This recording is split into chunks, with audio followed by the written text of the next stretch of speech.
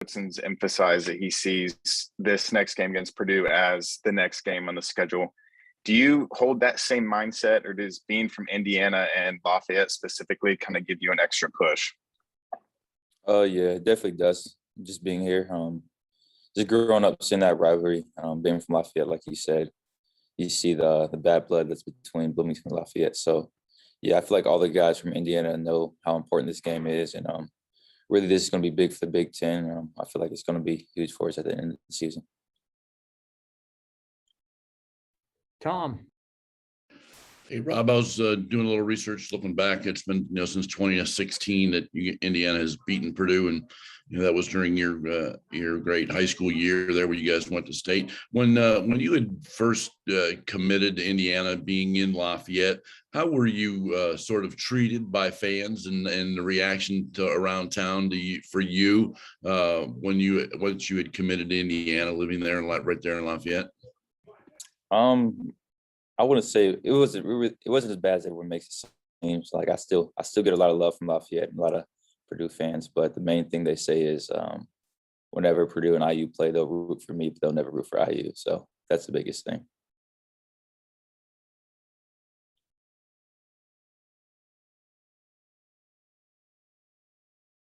Evan. Hi, Rob. So you played Purdue a bunch over your career. You're probably familiar with them.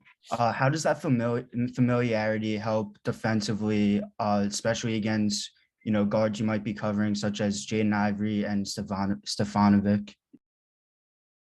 Yeah, I mean, I watch them all the time. I mean, I have a couple friends on the team, so I'm friends with them. So I know a lot of what they run, and I mean, it's pretty similar to what they've been running in the past too. So, yeah, it's really big on. They have a lot of off ball screens where they come off triple screens, down screens, and then they like to play out the post a lot. So, our coaches and our coaches have really done a good job this week on the scout, and I feel like we'll be ready tomorrow. Schumann. Yeah, Rob, during this losing streak to them, and do you feel like a theme has emerged? It's like, yeah, this is the one or two main things that always seems to pop up in that game, and it's the reason why we haven't been able to get over the hump against them? Are you like what theme? Like, is there a theme that you would say is the reason why you guys haven't been able to beat Purdue?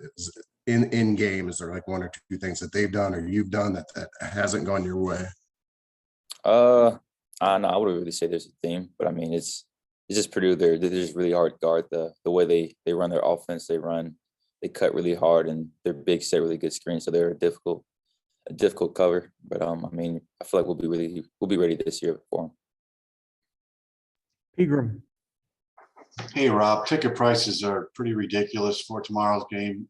$500 and up for good seats.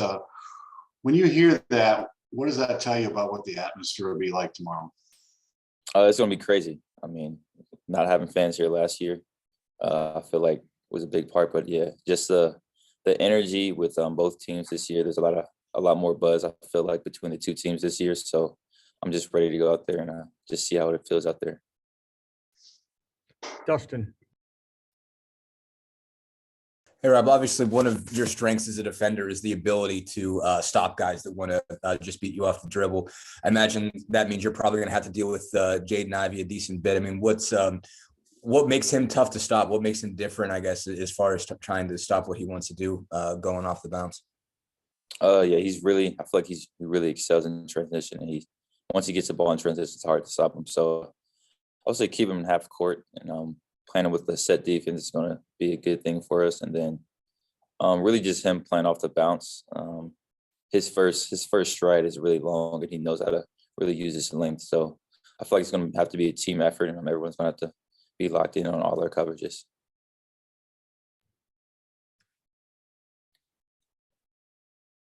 Dustin.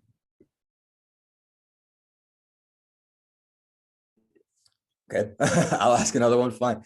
I just want to talk a little bit more about what you said about what they run so well in the screen space. I mean, just what impresses you just about, I guess, the sophistication of their offense? How has it changed in the years that you've played them, and are they operating any differently this season, just with the amount of stuff they run through those two bigs? I would say a little bit, but it really just depends on the personnel and who's in the game. I mean, I feel like it's kind of similar to my the freshman year when Jaden Ivey, they used him kind of like Carson Edwards, where they used guards a little bit more with ball screens with him. And then they used Stefanovic like him with Ryan Klein coming off a lot of screens. So yeah, it's pretty similar. And then obviously they throw it in. I feel like they throw it in a lot more than they did in the past because they have the two-headed monsters down there. So it's they're going to be a tough cover to guard, but I mean, we'll be ready. Jim Coyle. Rob, this should be the most we talked about the atmosphere a minute ago, but this should actually be the most explosive atmosphere since you've actually been at Indiana. How might that help you guys? And is there sometimes that noise actually hurts you all? I would say at home it doesn't hurt us at all, but I mean, definitely that home atmosphere is going to help us. I feel like once we get on a run, it's easier to score, and then I feel like it's easier to get stops because it affects the away team. So yeah, we're just going to need the student section and everybody there just to be into the game, and I feel like we're going to feed off that energy. Jeffrey Abjohn. Hey, I got two, but the first one's real quick. The Crimson Guard, the student section, they're trying to get all the students to suit up, wear suits. I know that's kind of a silly thing, but it's kind of become a thing. Just, do you guys even notice that? Is it cool that the students are doing that? And what do you think about that? Yeah, I mean, that'd be crazy to see everyone in a suit. I mean, I doubt it'll happen, but just to see everyone in a suit. Yeah, obviously we see all the things that I think we're 12 or I don't know if you can consider that last game a suit or not, but I mean, we're undefeated with the suit because that's what he always wears at home. So yeah, I mean, our main goal is to stay undefeated at home. And I feel like if we do that, we'll have a big shot at the Big Ten at the end of the year. And yeah, we're really just looking forward to the atmosphere tomorrow. And if we see everyone in suits tomorrow, it'll be pretty funny, honestly. And the basketball, thanks for that. And the basketball question I had, you guys have been much better offensively since the Penn State game. In the Penn State game, there were stretches where there wasn't a lot of movement. The movement's been better. Just points per possession, other things have been a little better. Why is that? What has improved over the last couple of weeks? I say our movement when the ball goes into the post.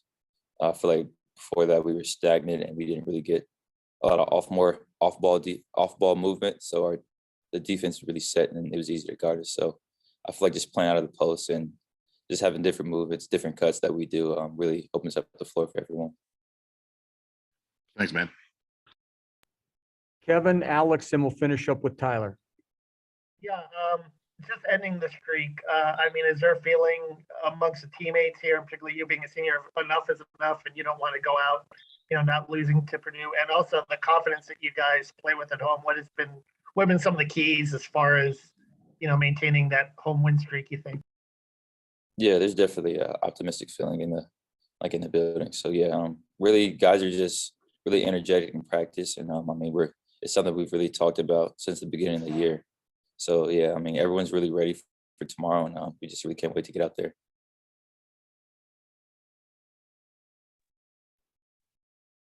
Alex. Hey, Rob, I'm not sure if you saw Coach Woodson's comments earlier, but he mentioned that you maybe had a tough go of it in the past. I guess he's referencing previous seasons. I guess from a mental standpoint, are you more confident this year?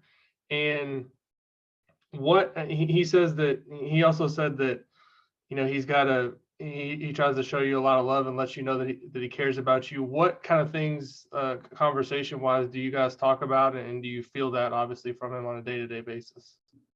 Really, I feel like it just starts with practice. I feel like, that's the biggest thing. The biggest change is just the conversation he has with everybody really in practice. Just whether you miss a shot, whether you turn the ball over, whatever, it's on to the next play. And he really doesn't dwell on the past. So that's a big thing. So, yeah, he just wants you to move forward. And I mean, his biggest thing, I feel like he even talked to the team about it last week about, I mean, he feels like if you dwell on the past, you really can't be successful in life or in sports. So really it's on to the next play, on to the next thing, no matter what happens. Last question, Tyler. Hey, Rob, I hope you're doing well. You've played with Trace his entire career at IU. What's the biggest way that you feel like you've seen him grow? Maybe not in terms of like his tangible skills, but kind of more like from a leadership aspect, or the kind of stuff that he does off the court?